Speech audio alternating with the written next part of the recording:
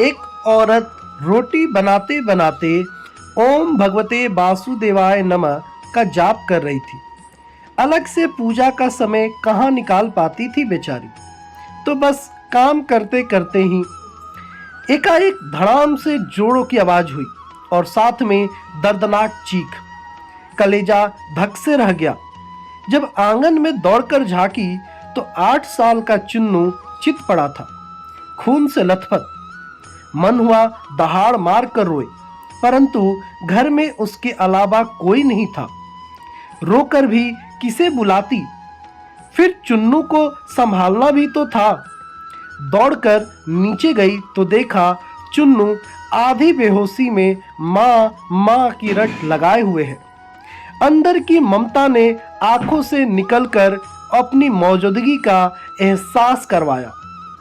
फिर 10 दिन पहले करवाए अपेंडिक्स के ऑपरेशन के बावजूद न जाने कहां से इतनी शक्ति आ गई कि चुन्नू को गोद में उठाकर पड़ोस के नर्सिंग होम की ओर दौड़ी। रास्ते भर भगवान को जी भर कर कोसती रही, बड़बड़ाती रही, हे कन्हैया, क्या बिगाड़ा था मैंने तुम्हारा, जो मेरे ही बच्चे को। खैर डॉक्टर साहब मिल गए और समय पर इलाज होने पर चुन्नू बिल्कुल ठीक हो गया। चोटें गहरी नहीं थी, ऊपरी थी, तो कोई खास परेशानी नहीं हुई। रात को घर पर जब सब टीवी देख रहे थे तब उस औरत का मन बेचैन था, भगवान से विरक्त होने लगी थी। एक माँ की ममता प्रभु सता चुनौती दे रही थी। उसके दिमाग में दिन की सारी घटना चलचित्र की तरह चलने लगी। कैसे चुन्नू आंगन में गिरा कि एकाएक उसकी आत्मा सिहर उठी। कल ही तो पुराने चापाकल का पाइप का टुकड़ा आंगन से हटवाया है, ठीक उसी जगह था जहां चिंटू गिरा पड़ा था। अगर कल मिस्त्री न आया होता तो उसका हाथ अब अपने पेट की तरफ गया, जहां टाके अभी हरे ही थे ऑपरेशन के।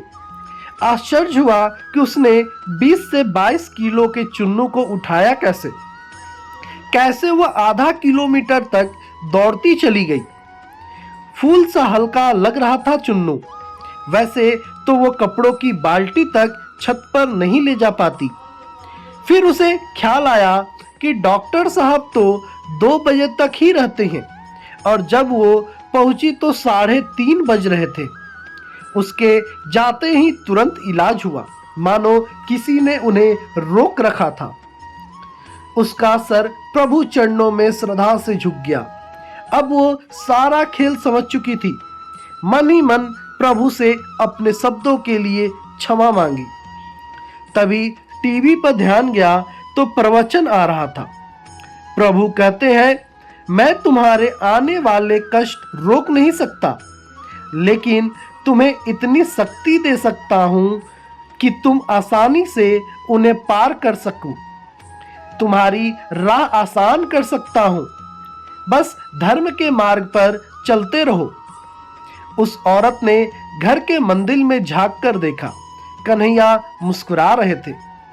हम बहुत बार संकट समय या खुशी के पल में ईश्वर की कृपा तत्क्षण समझ ही नहीं पाते, पर बाद में यह एहसास हो ही जाता है कि सिर्फ ईश्वर की ही कृपा थी। ऐसे वक्त श्रद्धा, आस्था और धैर्य बनाए रखें। आप भी श्री कृष्ण कृपा महसूस की हो तो जय कृष्ण कमेंट में बोलें। वीडियो पसंद आई हो तो जरूर अपने सगे संबंधियों को, मित्रों को, परिवार को शेयर करें। धन्यवाद दोस्तों।